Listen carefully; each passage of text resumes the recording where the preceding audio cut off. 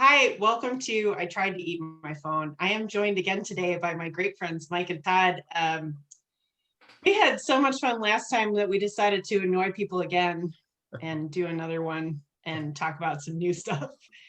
So first of all, how was your Thanksgiving? You guys have a nice time? What did you do? Michael? We cooked, and I'm sure that's a shocker, right? But so Well, a lot of people don't, so that's okay. that's true. That's true. But my parents came over, and we had dinner with my folks. So Excuse me, what? What did you say? right? Hold on a second. I just have to make a call. It's unrelated to this podcast. I didn't know I had to wear my mask. Yeah, right. Yeah. So I don't know. We felt, I don't know. It's kind of weird. Like you feel. And I totally get that people would not have family members over, but we see our folks or my parents all the time. And then we actually went to Iowa to visit my in-laws, and have seen them several times since we've been kind of in under quarantine and through the COVID time. So we're just kind of like, yeah, let's just do it. Let's meet. Yeah.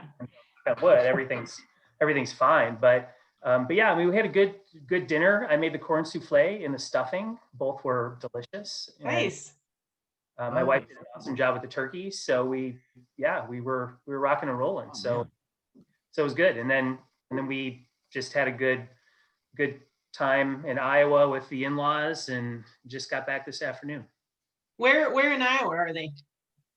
The town's called Washington, which is like half an hour south of Iowa City. Okay. So it's like southeastern Iowa. So it's only 3.5 hours from where we live. So not bad. And it's weird. I was saying it's amazing because I still don't know my way around Washington, Iowa, a little town of 5,000 people. I know my way around a little bit, but like we went out to this state park on Saturday, and I'm like asking my mother-in-law for directions because I'm like, I don't remember how to get there. She's like, well, turn left at the Walmart, and then that's the highway out. And I'm like, I've only been doing this for 20 years. Yeah. So I should know by now, I do it too. If you don't do it regularly, you're like, I don't remember. Like, I still need my map to get to my in-laws' house because like you get back in Indiana and I can't remember like, and my father-in-law would just be like, it's like, you got to go north. And I'm like, north? Like, I don't know. Is it that way or that way? I don't know. Right. Never eat soggy waffles, right? Okay. Todd, what about you? What did you guys do? We were here. We cooked too, but I like a good son broke my Italian mother's heart and called her on Wednesday and was like, I don't think we should come over and do the big family thing, because up until then we were going to do we were talking about getting just the immediate family, but still that nowadays that's getting to be with all the grandkids kind of big. And so I called her and I just had this with all the news coming out, I just kind of had a freak out moment, totally just, and I'm not that worried about it. My parents are shockingly not worried about it, but I just called her up. I'm like, I just don't think we should do it. I don't think we should do it. And we'll just stay home and we'll just punt until later on when we can, have this planned out better. So after the sobbing was over, we decided, but I was excited because then that gave me the opportunity for what I was trying to sell to my mother and she would not buy, which is me deep frying a turkey. And she's like, I don't think that's appropriate. It's too dangerous. I'm like, I'll just do it. I'll do it in the driveway at your house. It'd be fine. She's like, it's not necessary. And so I did that in the back, and it turned out pretty good. I mean, I did not burn said house down. It's pretty quick. I got to as Mikey, I think I sent you, Mikey and others, a picture of me just by myself in the backyard for about an hour and a half, which was fun. Like, what are you doing out there? Just watching this oil. I'm convinced that the person that came up with deep frying a turkey was just like, I got to figure out a way that I can have a reason to go away from far away from everyone in this house and do something. And you can't come near me because it's dangerous. You kids. Yeah. I'm going to take this 12-pack of Miller High Life. I'm going to go outside. Do not come near me. Do not. You can't. It's illegal to come near me. So it was good. It was good. That was our first Thanksgiving that we really were like just the four of us kind of hanging out here, and it was fun. And yeah. And you did a little Clark Griswolding yesterday? I finished about an hour ago of all like I started at like, I don't know, like 9 or 10 o'clock yesterday and went until late, and then got up today and was tinkering with the stuff. And I was telling another friend of mine that each year, like either, in October, November, or like in January, if I'm out at the store and I see like good prices on like Christmas lights, I'll buy a bunch thinking, oh, it's good prices, I'll have them for extra. The problem is that I don't use them for extra. If I have lights, I will put them up. And so like, I'm looking at like 10 stacks of lights. I'm like, where can I put like if I wrap them, maybe I'll wrap them around the fire hydrant at the corner, run an extension cord. So that's what I've been doing like the last like 6 hours. Like, wow, these brick pavers, they should be outlined in lights. Like, so that's what I just been, the collective carbon footprint coming out of the Murphy house for the next couple of weeks is going to be pretty impressive. Are you going to be on one of those bus tour, lists? Are they going to, the trolleys are going to stop by? It's very busy. That's the problem. It gets busier and busier. And of course I live in the city. So at any point I'm just figuring like, someone just run by and just rip some stuff off as like, so it might last a day, might last a couple of weeks. But worth it, right? For all that work. How about you, Karen? Well, you guys were around. Oh, you guys a little bit of a. Yeah, we did. We had, John had to work at the fire department on Thursday. So the girls and I just cooked and got stuff ready. And then Friday we had our feast. And yeah, a couple weeks ago, I was like, look, this is a weird year. There's a lot of strange stuff happened. And let's just like, Maria's a vegetarian and I'm mostly vegetarian. Bridget would subsist on goldfish alone if we let her. So the turkey usually falls into John's lap in terms of like finishing the whole thing. So I was like, you know what? Everyone just pick their own. Yeah. Figured it.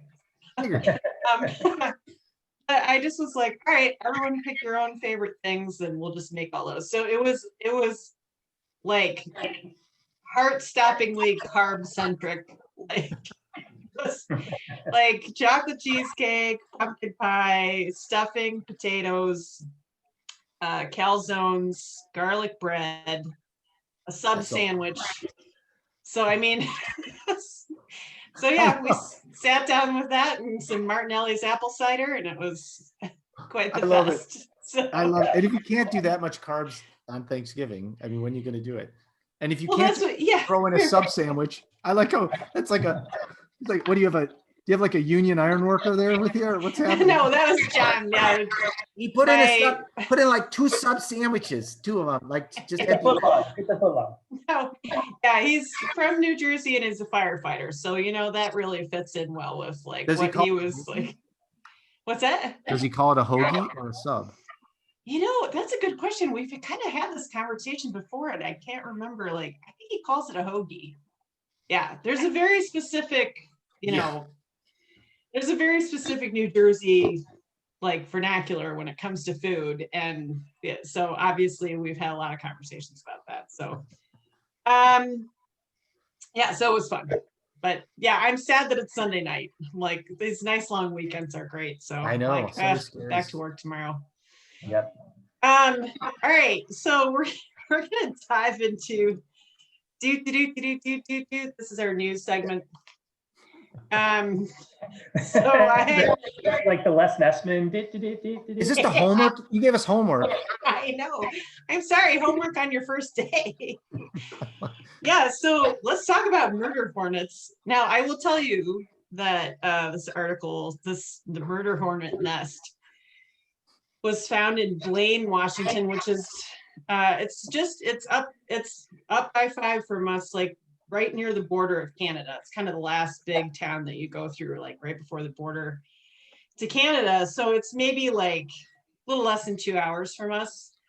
And Flying, yeah. Murder Hornet flying distance without refueling. Yeah, traveling at 120 miles an hour at, what are they called? Slaughter phase speed. Yeah, what? Okay, so right, that part in the article, I was like, I stopped for a second. I was like, wait a minute, what? So it says specifically That's right. they were about to enter slaughter phase, and I started that is unnecessary. That is completely unnecessary. It made me think about, there's that meme where like there's a guy who's talking to another guy and he goes, what if we like melted horses and made them into the substance that you can stick stuff together? And the other guy's like, is everything okay at home then, or whatever? Like, and I was thinking like the guy who like named the Murder Hornets and named the like, what is it, slaughter phrase. I was like, dude, are you okay? That guy's like in an office and he just keeps sending out like emails and they keep getting accepted. And he's like, really? He's like, maybe we should call it the slaughter phase. And they're like, good. And he's like, oh, okay. The next one's going to be like, they're about to go into the axe murdering larva stage. Like, yeah, we'll take it. This guy's brilliant. Like that was the search engine optimization consultant. Like, you need a catchy phrase. This piece of the story. Totally necessary.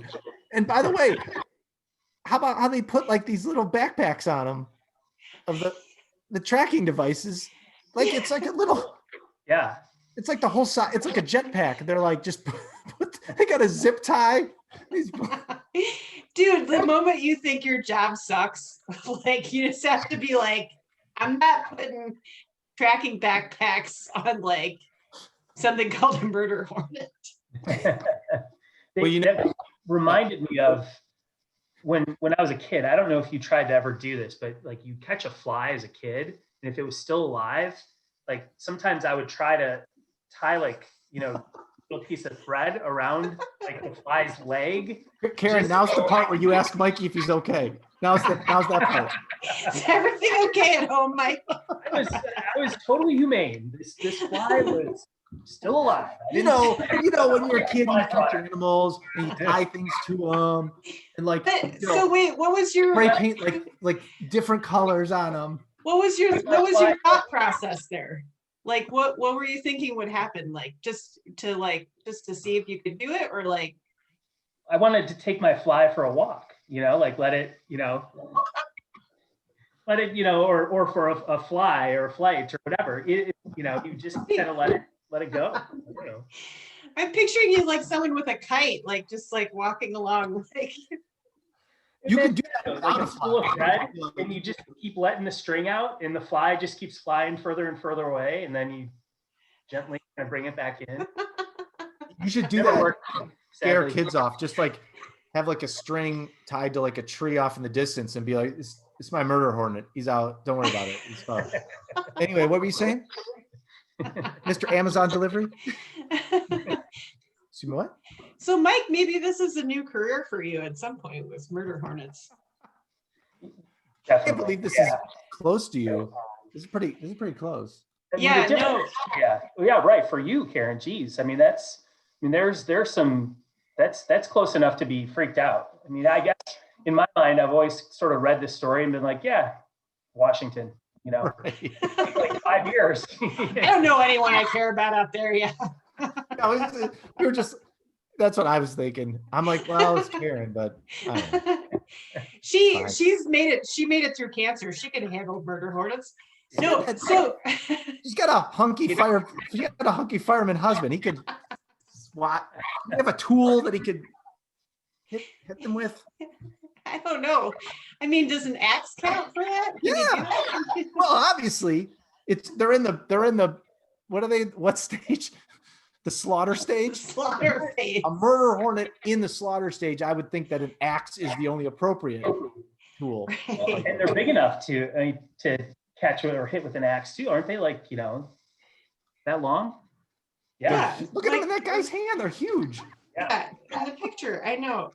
Once I get more tech savvy, I'll be able to show pictures of stuff on here. But I honestly, like, yeah, they're huge. My favorite part is when they would interview the guy who owned the property here. He was just like, he's probably in his like early 30s. He was like, yeah, I walked past that tree a bunch of times and heard some noise, but I guess that's what it was. It was like, dude, like, this is the most like chill reaction I have ever seen out of anybody. All I can think, have you seen the Unbreakable Kimmy Schmidt? Yeah. Where they're living in like a thing in the ground. That's like he didn't consider that might be it too. I heard some muffled screaming and some banging, but I figured like, I don't know, probably some kids. I don't know. Like, what? I heard some noise in a tree. I just figured it was like they're making cookies or shoes or something. I don't know, whatever. Some kind of elvish people living there. What about this vacuum that they used? Like, I was like, this would be like seriously the best advertising for any vacuum company. Be like, are they vacuuming them out of the nest? Yeah. Yeah, they literally had like a vacuum, and then they took the vacuum to, I think, did they take it to the University of Washington? No, where did it say? Some dude in his Electrolux. Someplace. Yeah, someplace closer to me, probably. They put him in a tube. They got him in a vacuum tube. Yeah, and they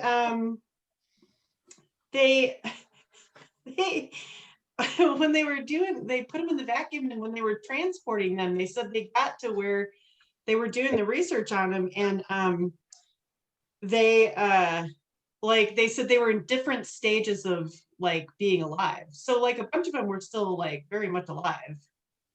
Oh, so and they're in like a pile. Like who's the guy that gets to open it? Like, be careful. Like, they seem angry. Hey, you know what you should do before you open it? Like, shake it up. I was thinking about that too. Like, how freaked out. I mean, these are entomologists, right? I mean, they're bug experts. So theoretically, they shouldn't be too freaked out by any type of bug ever, right? Except like murder hornets. Expecting these murder hornets to be alive. I mean, wouldn't that just totally frighten the crap out of you? I mean, I would just like, you open it up and they just start like flying around. That's what I envision. Like a cartoonish, like you try to let one out and like the thing slips out of your hand and there's a swarm and you're fighting them, and like a Chris Farley-ish, like knocking into things. Please, oh my God. Right, that's what I envision. They're staying crazy. Well, it said in there too that like you shouldn't be more afraid of human death with these as you would as any other bees. And I'm like, yeah, but the other bees aren't called murder hornets. Like, I know, it's unnecessary. You guys are the ones that call them murder hornets. You don't call them murder hornets and then be like, but don't worry about it. Like, what? That's like, that's not how that works. Did you see the? Yeah. By the way, how about again in the we don't really know what's happening department, but we have to say something. It's possible that someone smuggled the hornets into the United States to raise them as food. Like, well, okay, I guess that's possible. I'm not sure. Yeah, it says they are sometimes eaten as snacks or used as an ingredient in alcoholic drinks. Like, okay, what's your name for the murder hornet drink? If you're working at the bar, what are you gonna call it? Yeah. To sell it. You want to? Yeah. That's a good idea. We should come up with like a good. Yeah, like yeah. You get like slip someone a hornet. You slip someone a hornet. And you're hoping. I think I got slipped a hornet. Why? Part of my face is huge. I don't know what happened. I took a sip and I got stung in the back of my throat. That's like saying, you can't just. Anything is potentially food. That's like, you can't just say that. Like, like there's an illegal shipment of styrofoam. It's possible that some dude is eating it, but I mean, other than that, we have no answers. Like, why? I don't know. Why? I'd love to know how these cars? It's possible people are jumping. They're like jumping over smaller cars with the cars. That's possible, but also that they're just selling them to other people. But it's possible. Oh, that's awesome. Well, you should be on the lookout, Karen. Well, here it says, hoping to eventually eradicate the hornets, state agriculture department workers will continue trapping them until at least Thanksgiving. So, shit. Like, What's that article? When did that article come out? Like the day before Thanksgiving? like, yeah, what is this from? This is from November 13th. We're gonna put like a Oh. solid 6 days into this, but after that, Right. I was like, well, we're in for it now. Because I guess they're done. Like, it looks like if you look at that main picture, it looks like they're shooting a Star Wars stormtrooper scene from far away, like in the Ewok forest. I was thinking the same thing. Yes, like they look like the guys from Return of the Jedi, the ones on those yeah. the speeders. Yeah, It's like they did that on purpose. They're like, they did. They're like, make them look like stormtrooper outfits. yeah. I mean, whatever happened to the regular beekeeper? Yeah. What? Like, why do they have to go The netting?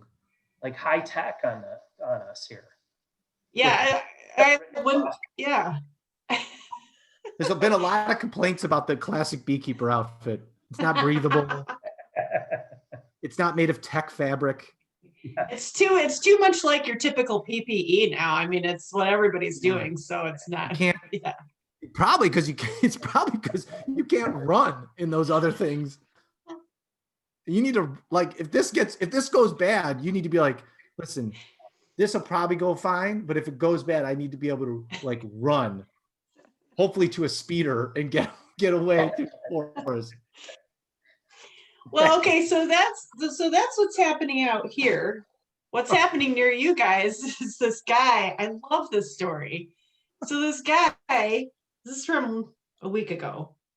This guy, Illinois man, 81, uses antique walking stick to beat thieves. And I immediately was like, $10, it's a shillelagh. And it was. I was like, sweet. It's the most Chicago story ever. Ever. Like, this is just like Chicago man does a Chicago thing to some Chicago people. That should be what the title of this article is. Chicago man is the most Chicago-ish person of 2020. He was looking for a persuasive weapon too. That I love that. It's a persuasive, like, you see this? Do you see it? What do you think now about ripping us off? That's it. Yeah, persuasive. And later on, he calls it, he says, oh no. So I picked up the Irish shillelagh that turned out to be the equalizer. Do you think he named it that like early? Like he had named it that like a long time ago, and he's like, when the kids were around the house a couple decades ago, like don't make me get the equalizer.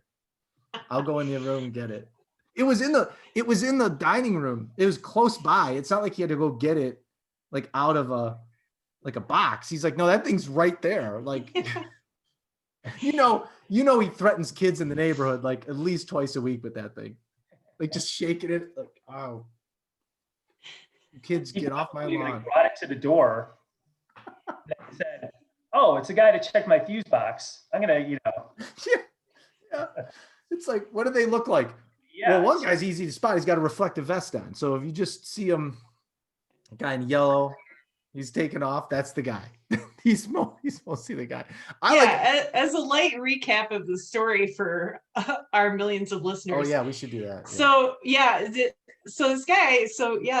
Three guys came to the house. One guy said there was one guy at the door, and he said he was with like utilities or something and needed to check a meter in their basement. They went down there with them, and then they heard a commotion upstairs, and there were two other guys grabbing stuff in a pillowcase, which I was like, what is this, 1948? Like, it's like, it was there. You don't have just like a bag.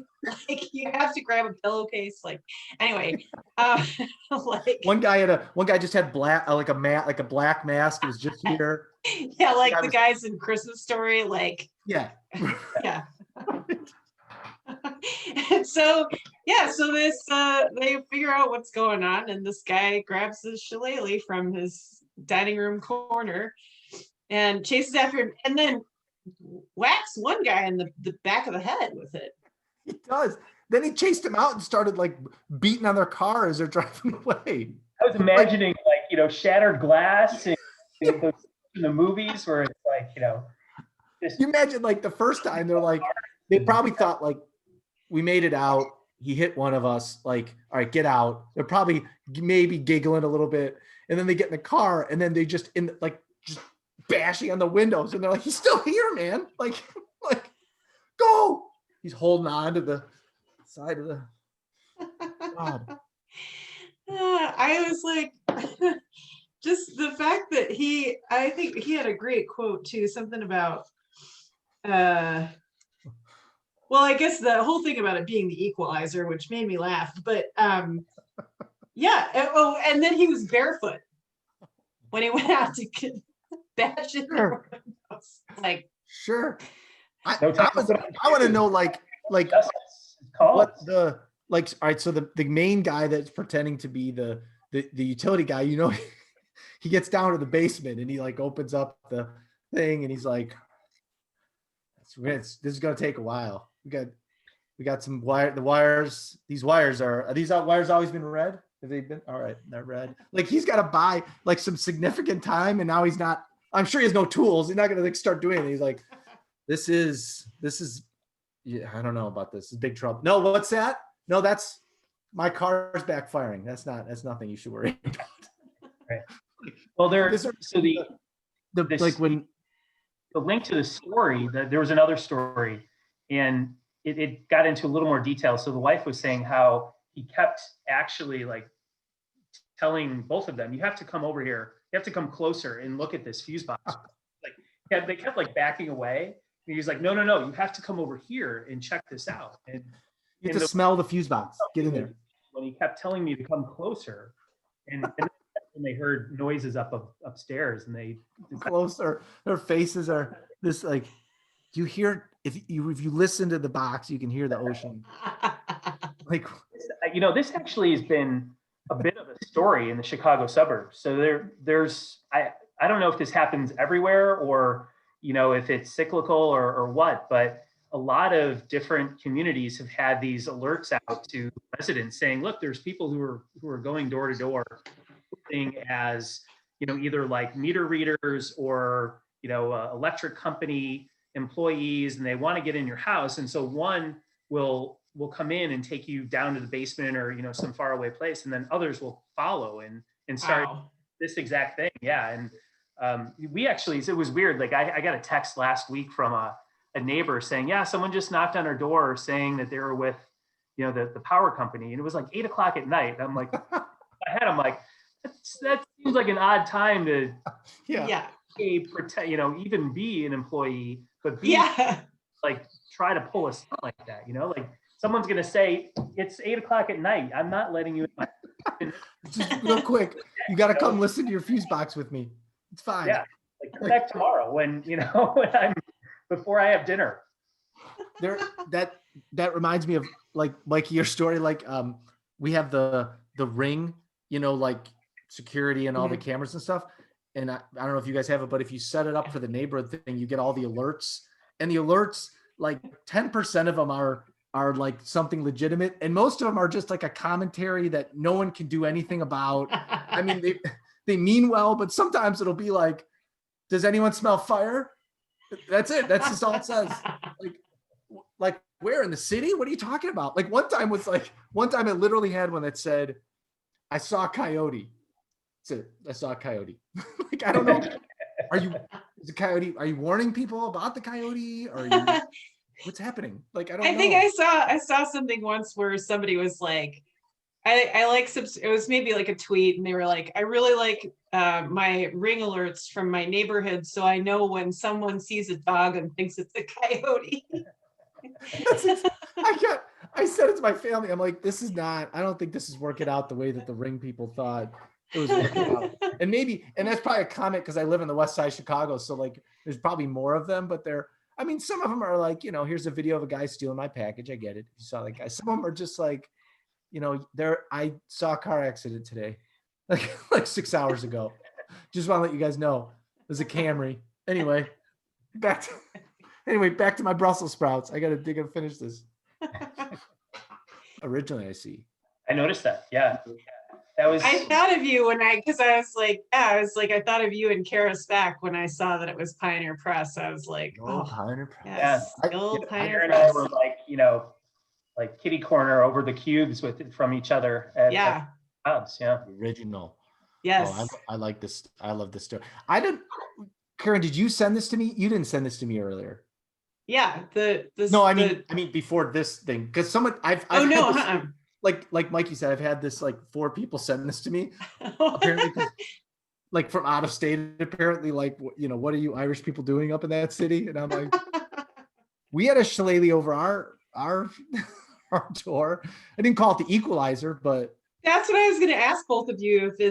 Did you have shillelaghs in your house growing up, or do you have them now? Because we had one. It was above the Notre Dame 1966 flag of all the scores from that year, and my dad had it hanging up over there. And I think it was my grandfather's, but I remember thinking it was like the scariest looking thing because it had all these nasty knob kind of pieces coming out. It's not a happy little old lady cane. I mean, you can really do some damage. So when I read this, I'm like, no kidding. Even back then, right?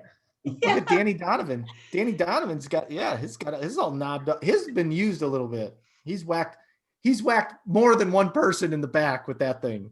But we did not whack anyone that I know of. No, us either. It just hung in a very threatening spot, but it did not. I'm kidding.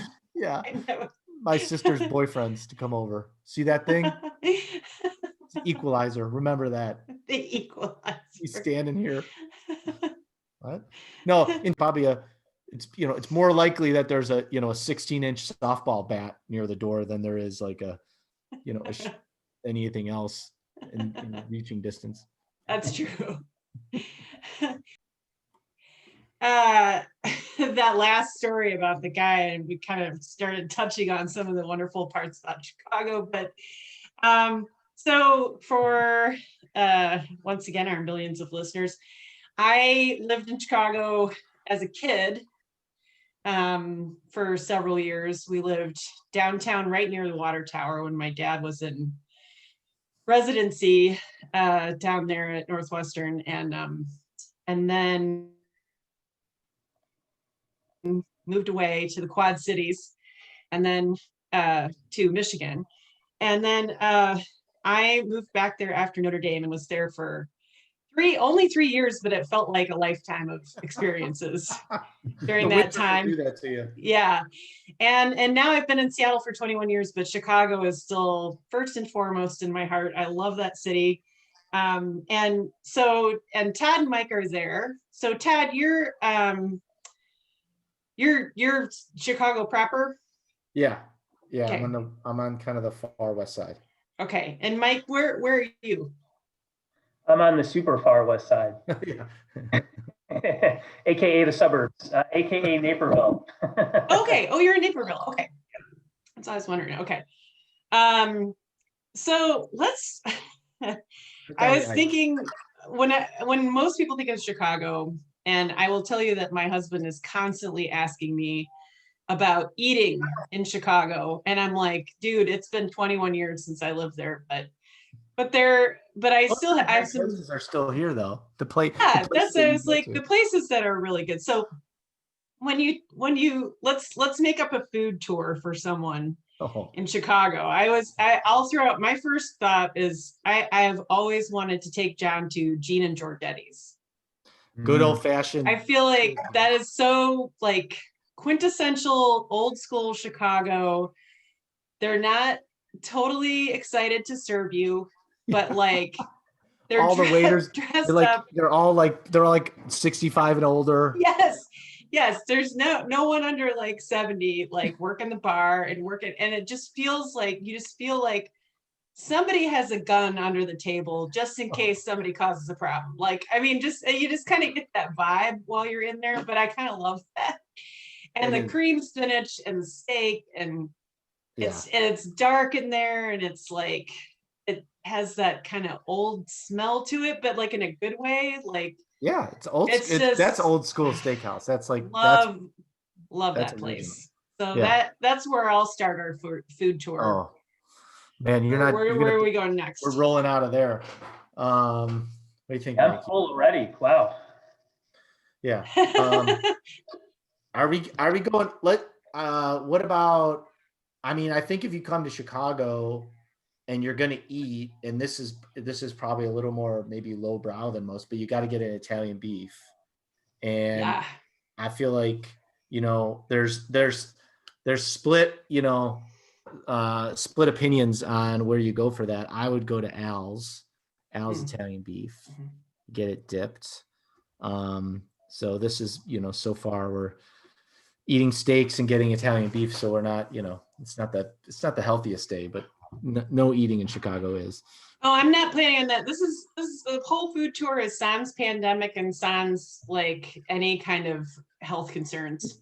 And sans being full. You'd never be full. No, it's just endless like vapidness that you just keep going. We had a friend, Mike and I have our friend Alan. He brought his two teenage sons to town. This is a couple years ago, and they, you know, they wanted to get Italian beef, so we met at Al's, and I didn't get it at Al's, and they're like, "Should I get it dipped or not?" You know, they dip the bread and it was funny watching because they thought it was awesome, but they were not ready for like this thing. Like, am I supposed to pick? Like, what am I? Do I pick it up? Do I like stab it with a fork? Do I just like scoop it into my mouth? And I'm like, all three. Like by the end of it, you know, they had the tray and it was just like a lake of like beef and juice. Yeah. Like, what do I'm like, don't worry, you're doing just fine. That's exactly what it's supposed to look like. Imagine this with 18 beers in you, which is when this place really gets. I love that. The Italian beef, I just remember one of my jobs when I worked there initially, I was a non-for-profit, as has been my whole career, but one of the gals that worked there with me, Shirley, for lunch, she would go get an Italian beef. She would eat that, smoke 2 cool cigarettes in the lunchroom, which, I mean, this was, you know, 92, and then take her Coumadin and then keep working. I was like, she was fun. I loved her. And she was like in her 50s, but that was her lunch routine every day. Yes. So man, that's impressive. I mean, I guess if you're gonna eat an Italian beef every day, you probably should take Coumadin because your blood is probably light gravy. It's probably the consistency. Yeah, and the cools, you know, that takes away they get the spiciness out, you know, the menthol. So, Mike, where are we going next? Lunchroom. Well, you know, no trip to Chicago would be complete without pizza, right? Mm-hmm. Greektown or some hole-in-the-wall Italian restaurant, you know, that, gosh, either, you know, in Village or even further south. I mean, it's amazing how many good restaurants. Mikey, you got your old Italian Il Vicinato. Is that still open on the side? Do you know if that's still open? It is. Yeah. So probably the restaurant I've been going to the longest in my life is still open on the south side. It's like 26th and Western, Il Vicinato. I get to put in a plug for my place. This is awesome. Oh, and Karen, you talk about a place where, like, you know, it's like dark and there's guns. I'm sure that this is it. This is like old school. Like, there's no foot traffic or anything happening outside of 26 and Western Il Vicinato. Like, you're either coming there because you know what's going on, or you're not coming there. Like, so get this. So when I was a kid, like, my parents used to take me to a different restaurant 2 blocks away. It was a place called Phoebo's, and it was my grandfather's favorite restaurant. And I used to go there, you know, sit in a high chair, and then, you know, grew up eating at this place. And one time I was there with my parents, and we just happened to be there like a week before they were closing.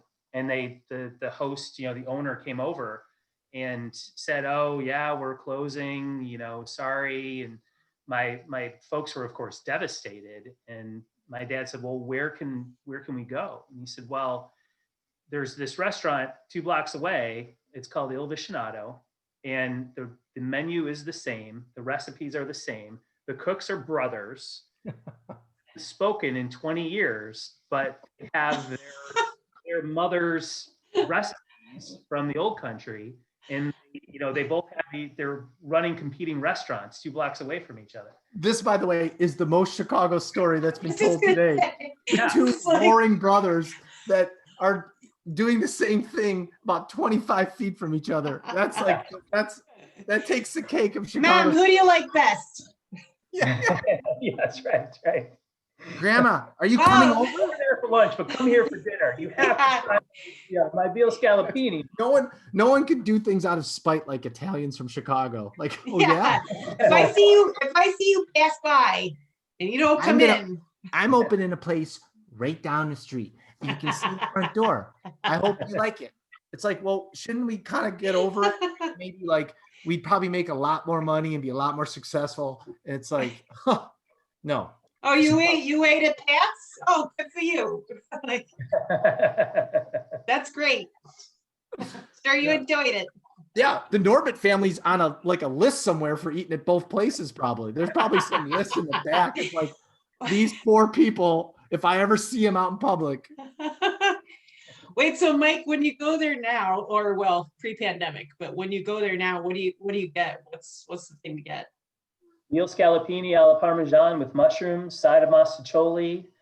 I get antipasto salad. I get minestrone soup, and usually a couple glasses of wine. And that's been my order for 25 years. No. Try not to hesitate with your answer so much next time. yeah, he did it. He got a tattoo on his forearm.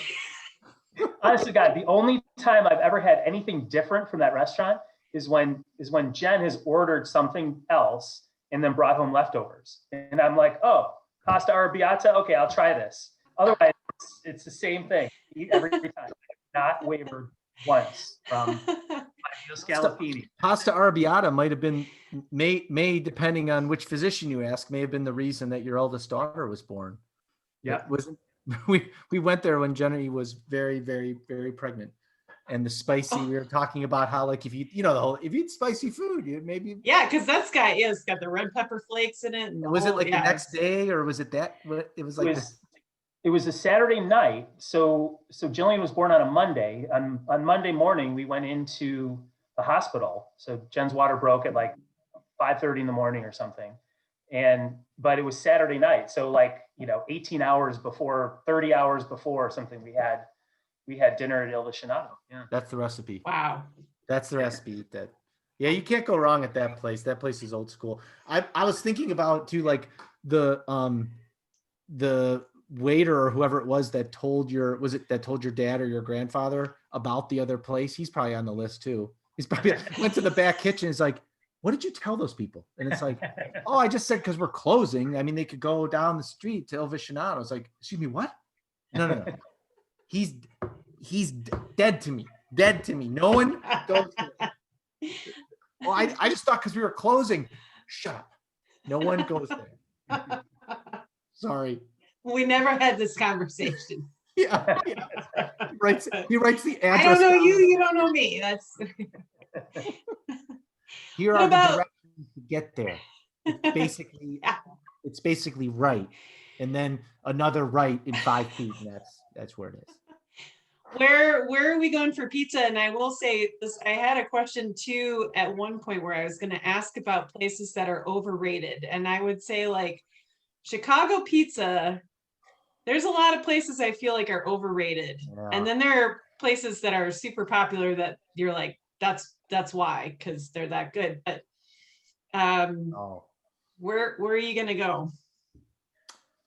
That's tough. If I'm sending someone from out of town to like a pizza place, Mhm. I'm sort of assuming that they've had Giordano's before, chances are, or they've had Gino's before. And so I'm trying to think of another place. I usually suggest, I don't know if this is good or not, but Pizzeria Uno or Due. Yeah. Which, I mean, they're okay. I mean, they're pretty good, but to me, it's sort of like it's kind of quintessential deep dish Chicago pizza. Mhm. It's a little more, it's not totally franchised. So that's why I would.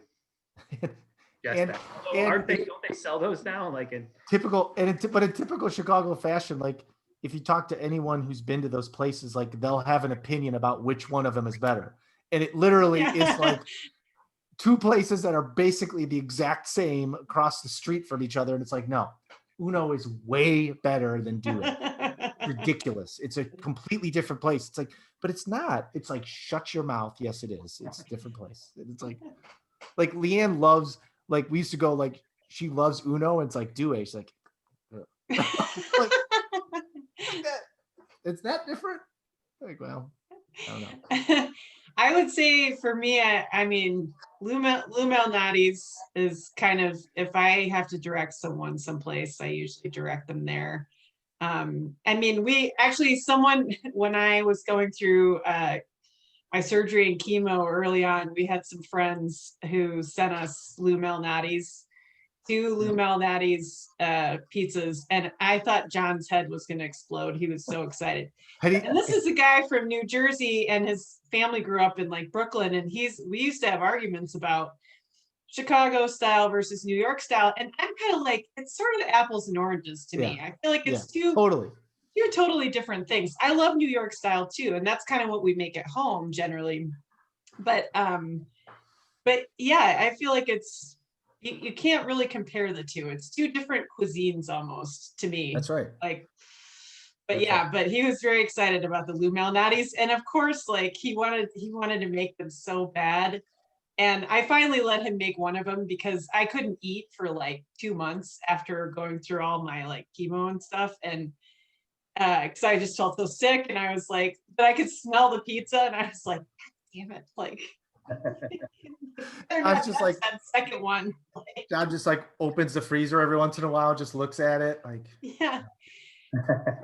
Yeah, I think one night I felt good enough to go ahead and say like, well, I might be able to have some, and then he made it, and I think I had like a few bites, and I was just like, I just can't do it. It was like just too much, but it's so good. And it's rich, like, you know, that's a good call too. That's a really good call. That's our go-to is Malnati's. Like if we're just getting it, Uno and Due are they're good. And those, I mean, and the cool thing about Uno is if you send, both Uno and Due is if you send someone there out of town, it's like, okay, so you're going to have to wait probably outside on the sidewalk in the cold. It's kind of part of the thing. So it's cool. Like, you know, and they're like, what? I don't want to wait. It's like, no, you're going to wait. Just wait. It'll be fine. Like, then you're going to order it, and because it's a Chicago style pizza, it's going to take another hour for them to make it. So just pack your patience.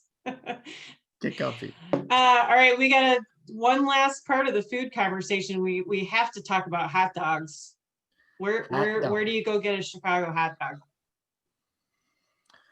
The Wiener Circle? No. Yeah. You don't go to the Wiener Circle for the food. Yeah. Yelling. The yelling. And the wisdom. Yeah. Yeah. I would go. I mean, Portillo's is always a good solid place. I still think Portillo's is really good, even though it's gotten more mainstream now and everything. But I think they still make a good Chicago dog. And then, not that you can like go there, certainly not now, but like, and I know this is a little bit cliche, but like getting a Chicago dog at like like, you know, Sox Park is like, that's like really, I don't know. Yeah. It's really good. I just love it so much. Grilled onions. Yeah. I just wolf like 3 of them and then regret it for like the next 12 hours. Why do I eat like that? Why do I have to do that? And I always get like, and I always like, I'm 46. I'm still so optimistic about the peppers. I'm still like, when they're asking, do you want sport peppers? I'm like, because maybe this time I'll like them and it'll be fine. Like this time they're going to agree with me. I know. Yeah, like I know, like I'm 46 years old. I'm not gonna all of a sudden be like this. I finally turned the corner on peppers. Like I like them. They don't burn my mouth. I'm not uncomfortably sweating, and they agree with my stomach. Like it's over. Stop getting them. Why are you getting them? Like, You just have that feeling like you've been training yourself for so long that eventually it'll just like be like this kismet moment of like, all right, and done. It's my persistence that gets me so far in life. I'm really going to conquer. By like 58, I'm going to like sport peppers. It's going to be awesome. We'll see. You mentioned the Sox. So let's talk about sports for a few minutes. Chicago sports. Great sports town or confused sports town or divided sports town or all of the above, or how do you guys feel about it? Yeah. Great sports town. Although maybe, yeah, I think it's a great sports town for all those reasons, right? Like that, it's just, there's so much disagreement and personality and like, we want success, and we won't put up with, we'll just complain all day about mediocrity, but at the same time, we have tons of it, like forever, right? So like, that's like part of the personality, like we're not going to stand for this anymore, except for like 50 more years of mediocrity. But after that, we might, Well, it's like, you only like Chicago fans can truly criticize any of our teams. So if any of the national pundits start talking about how terrible the Bears are, or how the Bulls, haven't made the playoffs in however many years, we're just like, look, cram it, like just yeah. And suck it right up, to criticize our Chicago teams. Yeah, I know. That was so weird. I think even Mikey and I were talking about with some friends of ours over text, like how like The Last Dance was so cool, but it's sort of, you start to hear about it from other people that are not in Chicago and how they like, and we're like in my mind, like I can't even comprehend someone not watching that dynasty and being like, this is the best thing that has ever happened to anyone, and you can't argue with it. And people outside are like, freaking Jordan and getting away with travel. Like, they're just like, and you're right. It's like, it's different here. And same thing with like the Sox and the Cubs, right? Like, yeah, I'm a Sox fan. I, quote unquote, grew up hating the Cubs. But if I'm like on vacation and some smart aleck from Florida says something about the Cubs, I'm like, Cram, what'd you say? What'd you say? Like, you get your shillelagh out? Yeah, dude. This is the equalizer. And it's quite persuasive, if you know what I mean.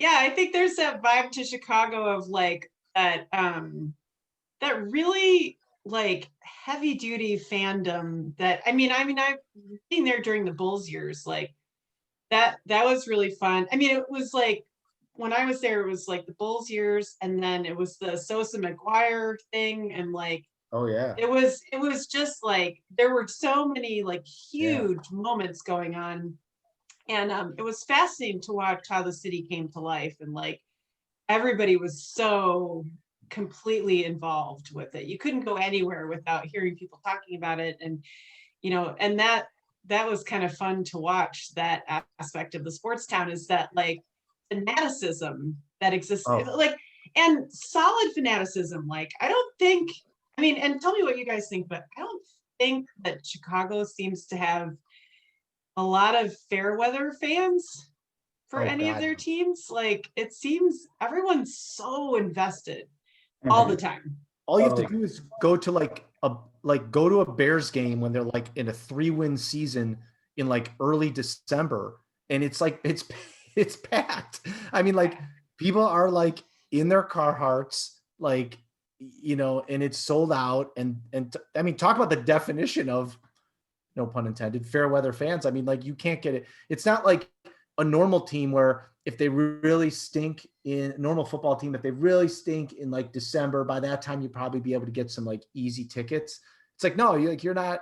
They could be awful. You're not getting in there. It could be a blizzard and they could have 1 win and you're not getting in there because those rabid maniacs, AKA Mike Norbit, are going to be in there, like bundled up. They're going to be there. Like, that's how it is. Should be. Yeah. Are you pretty diehard, Mike, in terms of like, Bears? And I like, obviously you have your Bears stuff behind you. I was gonna say, but I mean, backdrop set aside. Yeah. Have you had seasons where you're like feeling down about how they're doing, but you're just like, nope, still in all the time? I had some dark years, I'll admit. So I'm a season ticket holder for the Bears, and I had a couple of years where I was really not going to many games and selling most of the tickets, and the Bears were continuing to suck, and I was starting to get to the point where I was like, I don't know, do I hold on to these? And basically my wife said, she's like, look, I mean, if you're a Bears fan, you need to actually be a Bears fan. Like, stop complaining. And so I was like, you know what, you're right. And this was probably, I don't know, 6 or 8 years ago, something like that. I was, in my dark phase, like Picasso's blue phase. And so I decided, okay, I'm going to the last game of the season. The Bears were playing the Packers. It was end of December. I brought a mutual friend of ours, and it was like 4 degrees. Bears just got obliterated. No, the Bears lost on like the last play of the game to the Packers. It was, like heartbreaking kind of things. And I had like the best time, and I was like, I'm all in. I'm like totally invested. That's the most Chicago sports story. It's like, the weather sucks. We lost with a heartbreaker. Anyway, where do I sign up for next year's ticket? Do I sign up here, like right here, right now, or later? I mean, you have to give all Chicago sports fans, especially Bears fans, but also the hope. Like, no one has hope for next season. I know it's sort of a joke in Chicago, but really, no one has hope for next season like Chicago fans. Like, this team is going to be like, it's going to be different. It's like, but it's the same team and the same owners, the same coach. Like, well, no, you'll see. It's gonna be totally different next year. Of course. Oh, great. It's so great. You gotta have belief. Yeah. Well, every once in a while you get the prize. They get the cheese at the end of the maze, and then you're like, okay, put me in again. I'm good. Like, I'll take a couple. Notre Dame fans, so too, right? Notre Dame football. Like, you yeah. get let down, and you're like, for like 2 weeks, you're like, I'm not watching any more games. I can't take this. Like, it's too much. I'm just out. And then, like, like, here comes the new draft, or the new freshman class is coming in. You're like, all right, we're going to kill everyone by 30. Let's go. Like, oh, okay. I know. Why do I care this much? Like, yeah. I'm back in. Let's do it. When I think of living near Wrigley, it brings up another topic I think about often with Chicago, which is parking. And because my daughters asked me one time if I had ever had a ticket, like a traffic ticket. Oh. And I was like, I've never gotten a ticket for speeding or anything like that, or Is that true? Yeah. Well, real quick story. When I was 15 and I had my learner's permit, we at New Year's, my parents and my grandparents were having a good time together, and my dad and grandfather decided they needed more of some kind of liquor. And of course, I was 15 and obviously hadn't been drinking. And so they had me to drive them to the store to get more. And I backed out our driveway, and it was icy because Michigan. And I went down, and I ended up sliding and backed into a car that was parked across the street. And it turned out to be the dirtiest judge in the entire county of Ingham County. And he came out and he called the cops to get a report written up and stuff. So I'm a 15-year-old. I'm a 15 and a half year old. Yeah. And so anyway, so the cop was like, I think he was irritated that he even had to be there. He was like, look, I got to give you a ticket. It was like a ticket for whatever, just, I don't even know what it was. And we paid it and stuff, but that's the only moving violation I've ever had. But I told the girls, I'm like, but parking tickets. Yeah. Like Chicago, there were times where I made the choice to go ahead and just deal with a parking ticket because I just had to get somewhere. And I would just be like, Yeah. I'm just going to park. I know it's going to cost me like $50 to park here. And like, I got towed from Wrigley because after growing up my whole life, watching the Cubs and watching cars get towed off of Grace and all those streets along there. Oh, you and could park like right across from Murphy's bleachers. Like, it'd be fine. Yeah, I left my car like around the corner from our house, hopped on the L, went off to work at Rush Hospital, and like came back on the L and saw the game going on. And I was like, crap. And then came back and there's no car. Like, I was like, oh. Karen, did you ever come to our, like Mikey and our apartment in Wrigleyville? I feel like I did. Yeah. I think weren't you guys? Yeah. You were like right off center field, we were right next to the L tracks on the other side. Yes. And we had the parking. Right. What I thought you were going to talk about when you said parking was we sort of had a couple spaces next to our building and then basically all under the L before it was kind of back when they just kind of let you park there. Right. We would like park cars on game days and game nights for like $20. And how many cars could we get in there, Mikey? Like maybe like 5 or 4 or 5, 6 cars or something. At least, yeah, like $25 a pop. That was, that covered a couple of beers inside. Oh yeah, that was fantastic. And we're like, like no guarantees. Like people parking like, well, you can park here, but you're not gonna be able to get out until like way later. And most people are like, yeah, it's fine, I don't care. Like we're not taking it. We're not moving cars. Park at your own risk here. Sorry. Yeah. What about for you guys? I mean, did you get a lot of parking tickets? Did you ever get the boot? I don't think I ever got a boot, but I got towed several times, and I got tons of parking tickets. Like I've been down to that third lower whacker thing to get my car out several. When you're telling other people about how it works, you've been down there. You're like, all right, listen, you've got to come with cash. Don't come with a credit card. You got to come with this much cash. Stand on the right side of the line, not the left. That's a slower line. You're going to get through. You're going to bring your car up, have the cash ready, fill out the thing, you'll be ready to go. Like, know your VIN number. It's like, know your VIN. It's like, I don't know my VIN. Well, you better find it out before you get there. Like people are like, how do you know all this? I'm like, I know. What about you, Mike? No to the boot, thankfully, but yes to tickets and yes to towing. I think I got towed, I want to say 3 times. The first time I got towed actually was before I was even living downtown. It was during college. I was an intern at WMAQ radio and parked in a spot I shouldn't have parked in and came for my shift. It was after midnight and, I'm a 20-year-old kid coming outside and there's no car. I'm like, oh, it's the worst. And you're like, for 2 seconds, you're like, oh, maybe I parked it somewhere else. I just don't remember. Like, there's that glimmer of hope. Like maybe I parked around the corner. Oh no. Yeah. And as I get older, I secretly hope that that's what happened. Like I got towed, but no, it's that I'm too old now. I forget where I parked my car whenever. Like I'm like, the car's not here. I parked on the other end of the lot. I don't know what's wrong with you. It's fine. No, Dad. Yeah, it's around the corner. Yeah. You're right. It's Yeah, I remember going down to Lower Wacker once and I forget what it was for. Maybe I took somebody else down there or like a roommate or something and to do something. And I remember they had those big signs in there that said was like this parking ticket, this parking ticket, this parking ticket, boot. And then it had like how much the boot was. And I just remember standing there at whatever age 22 and being like, okay, mental note, never get the boot because it was something outrageous. Like, was yeah. it? Oh.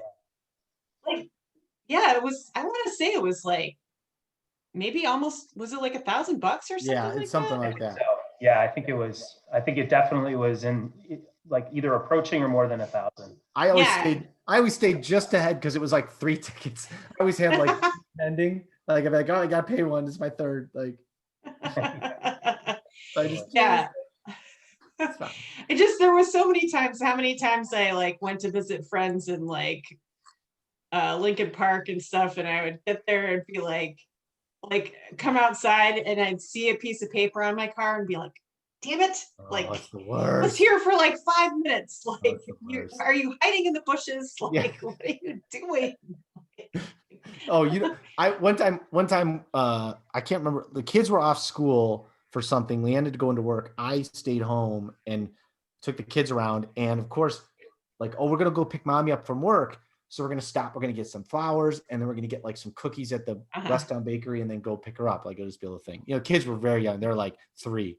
So they're in the back, they got there. And of course, we go into like the bakery for like 2 minutes and I come out, ticket on the car. And I'm literally like that. I'm like, was the guy standing in front of the car? Like when I got out, I didn't see him. Well, anyway, of course we pick up and I'm like, I don't want to do the don't tell mom thing, right? I just, we pull up as soon as mom gets, I'm like, they'll forget about it. They don't even know what that is. Like, and of course, like we're driving there, like, Dad, what was that thing on the window? I'm like, oh, it was a warning. A warning? Like, I'm like, yeah, what do you mean by warning? I'm like, well, all right, it's a ticket. I wasn't supposed to park there. Oh, mom gets in the car. Hey kids, what's up? Mom, we got a ticket. First thing, I'm like, you rats. I haven't been able to trust him since that day. I thought I would be like some sort of major impactor once, and I boycotted Walgreens because I parked. There was a Walgreens on, I want to say it was Clark. It was like a Walgreens, and then right next to it was a sporting goods store. Oh yeah.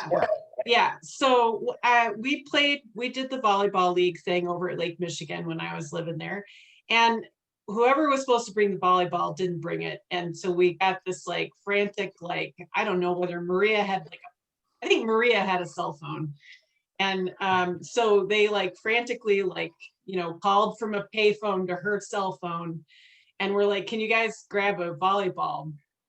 So we stopped at the sporting goods store, which had like 4 spaces for the whole store. And I parked at Walgreens because I'm like, well, they're like right next door to each other. Yeah. So Share the same. No. Yeah, we went in, we bought the volleyball. 10 minutes buying the volleyball, came out, no car. Like totally gone. Yep. Those I was total like, I mean, they're amazingly fast, aren't they? I mean, yeah, we could see there was the guy like standing outside, like they had a guy standing there to just do exactly that. Oh. And so I just remember I was like, I am boycotting Walgreens. Like, I am never going to Walgreens ever. And I think I fired off like an email to them. I'm sure Walgreens was like, whatever, like you don't know. We're still the biggest like pharmaceutical, like the monthly sales reports were like, we are down like 0.002%. Like, I buy all my office supplies from you. You don't have an explanation for this? What is going on? So I did, even when I moved to Seattle, it was, I think 10 years before I went to a Walgreens. You didn't go to a Walgreens for 10 years? Yeah, didn't go to a Walgreens for 10 years. Talk about this. That's an impressive boycott. That's pretty awesome. Yeah, I would call it commitment, but it's maybe just stubbornness. So not piss off, Karen. All right. Last thought for the evening here.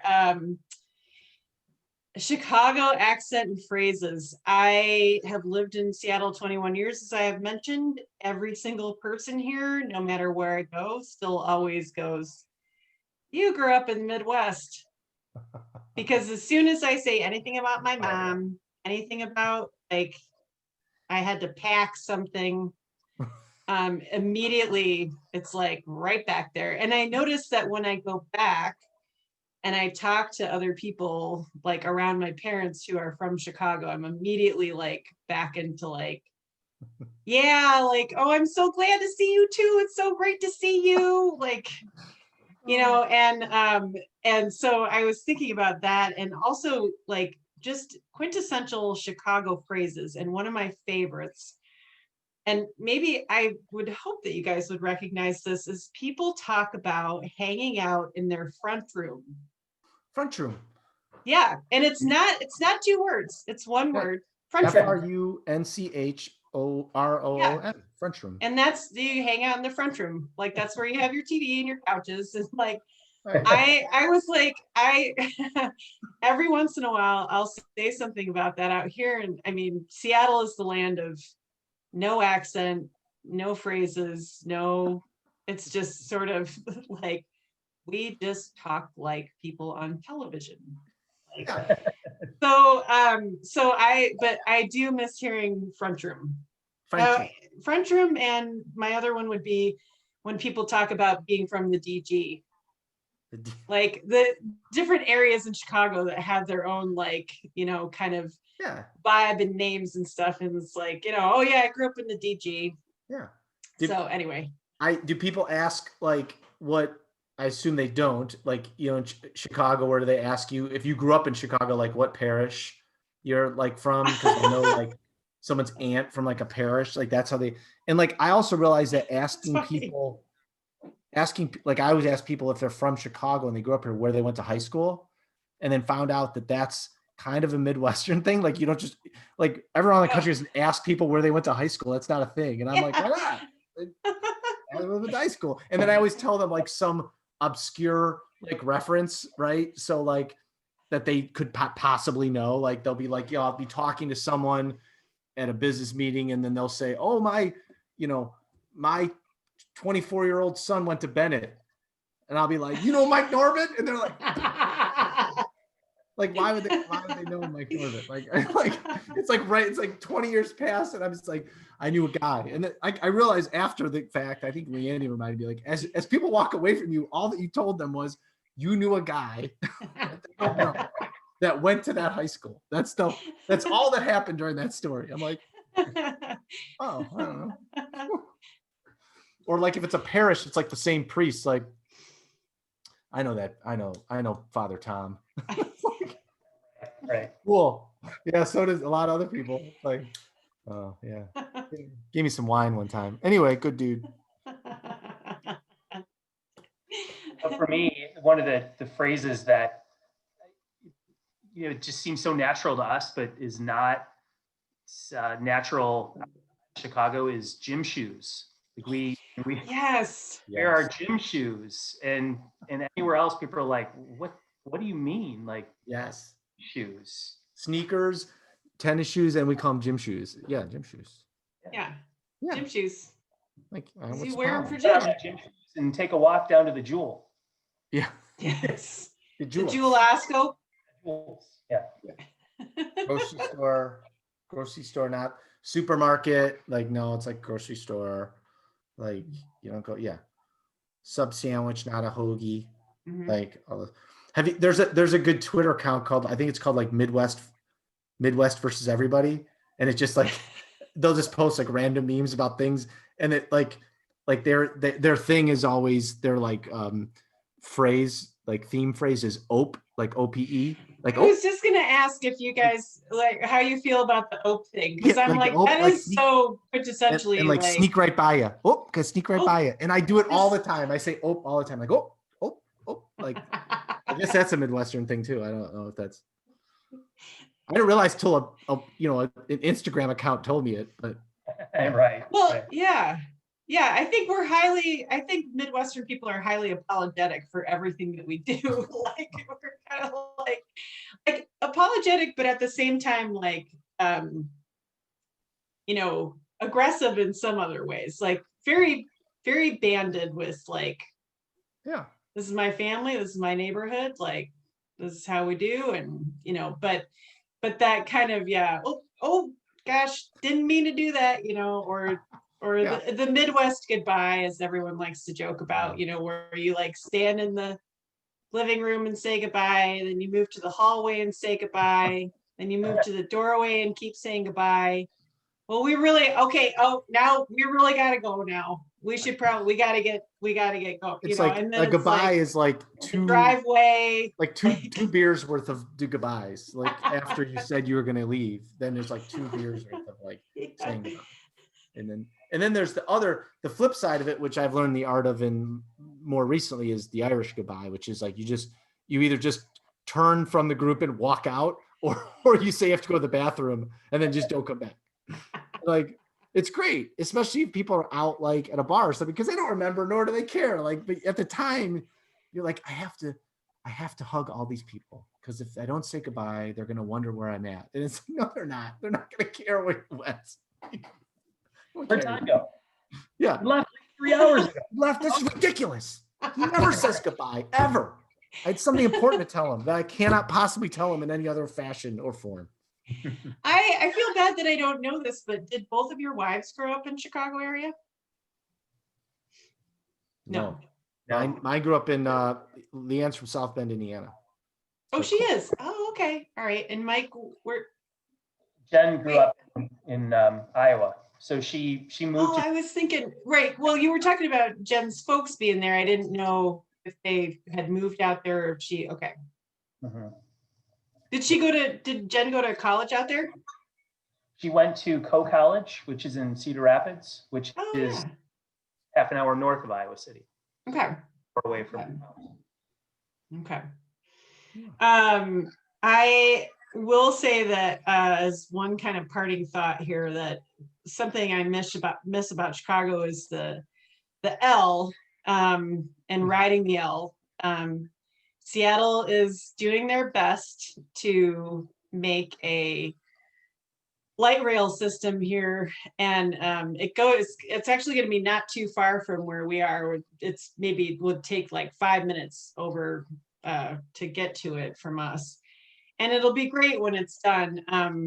But I miss the rattling of the L. And when I went back to Chicago a couple years after moving is when they had changed over from the live person doing the stops to the like recorded. Yeah, that was a big deal. That was like a huge deal when that recording thing came on. Yeah, were people upset about, because it made me sad, because I was like, my favorite was just the personalities of some of the guys and gals on there who would be like, that's very Midwest to be like the guys and gals that so would nice. do it. I like how Sally says the names.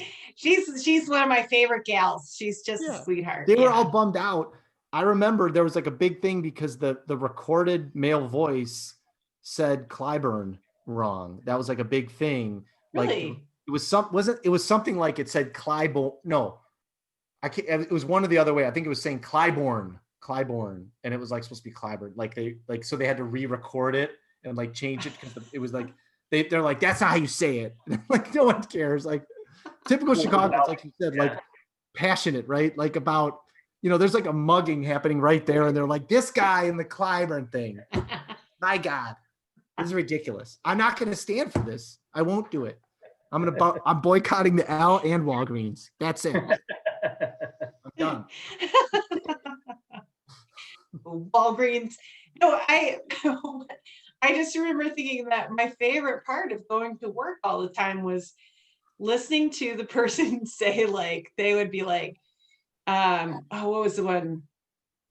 It was Lincoln and no, I think it was just Addison, but they would be like, this is Lincoln and Addison, watch the doors are closing. They would see people like farting around and like blocking it with like their briefcase. They'd be like, get out of the doors are, it's like such this like, that's true. It's so that's mad. true. Like, ever since they went to that recorded thing, like there's no personality. It just said the doors are closed. It used to be like, you in the red, get your stupid bag out of the doors so we can close them. I see you. Yeah, you. Oh. Well, what's the big street below? Was it Belmont? Belmont below. Yeah. Below. Yeah. Wrigley. Yeah. Yeah. And Clybourne. Yeah. It was like it was just so much fun to like listen to them say all those, like, and then when I'd come home, it was always like, this is Addison. This is Addison, home of the Cubs. Addison like, Cubs. Addison Cubs. Wrigley Field. Exit now they to just your get right. on, like if you get on rush hour, like the person will come on every once in a while, but they always say like, if it's like crowded and people are trying to pack in, they'll be like, there's a train coming behind you. And they're like, there might or might not be a train coming behind, but like, do you mean just ever coming behind? Like they're always trying to like convince people, like, don't worry about it. Like you can wait for the next one. And it's like, we know this game. We know this game. Could be 20 minutes. We're getting on this. We're getting on this. I think I miss the L sound. Like it kind of always reminded me of like, you know how you get that thing in your stomach when like a parade starts and it's like the police sirens are really loud and you kind of get almost sort of like choked up, or like a flyover at a stadium and it's like through the sky and you just kind of, your body has this reaction and like, yeah. And so, yeah. So like the L used to be that way for me. Like you'd be walking under and all of a sudden you hear this like, chunk, chunk, chunk, chunk, chunk, chunk, chunk, you know, and the noise is like the noise. I've said that a couple times. Like, I'm like, it's 2020. We haven't figured out any way that we can like slightly temper the noise. Like, I'm not saying like it's got to go away. I mean, it's a train, but like you'll be like blocks and blocks away, and you'll be like, wow, like I have to stop talking on my phone, and I'm 4 blocks from the nearest L track. Like, hold on. It's like, oh, are you at an airport? It's like, no, there's just a train a half a mile from here. Sorry. Like, it's making a noise. And by the way, Mike, so speaking of L tracks, like the Red Line, you know, we were on the 2nd floor of a walk up, our apartment after college. And you literally, I mean, we never did it, but if you, right, Mike, like if you open the back window of the back stairs, you could lean out up to your waist and touch the L track, the Red Line track. That's how close it was to our apartment. Whoa. And somehow, like to this day, Leanne is like, I don't know how you guys lived, and the L runs all night, right? So it's like, how did the Red Line? Yeah, I mean, that's like, you must just get used to it. But that was obscenely loud. I remember when we had our, you know, kind of our draw straws for who picks rooms first in our apartment, and I got first choice, and I'm like, I'm taking the front room because it's gonna be quiet up there. It's gonna be God, it was so loud. Tracks. Oh, it was so loud. And and it was just like, I remember like Leanne was like the first couple of times, like Leanne came over to that apartment, she's like, does that just keep running all the time? I'm like, yeah. And she's like she didn't want to be rude, but she's like, I can't, you live here and I don't understand how this is possible. One of the benefits of living, you know, right on the Red Line. It's the 24-hour train. It's perfect. Right. You can get wherever you want to go. It's fine. I know, that's what our first place was over like near Lincoln and Addison for the Brown Line, but the Brown Line stopped after like, didn't it? It was, like, you know, weeknights like 11ish or something, or, you know, so you at least had like some period of time before it started up again. But Red Line and Blue Line, you were in the dregs all night. And if it wasn't that, it was, but you know, we were young, we could sleep through anything. And then, you know, and we got free parking and got near Wrigley Field when, you know, in our early 20s, what can you, you know, perfect. It was a great time to do that. Well, time. Thanks you guys. This was really, really fun. Yeah, that was fun. Thanks, Karen. Thanks, Mike and Todd.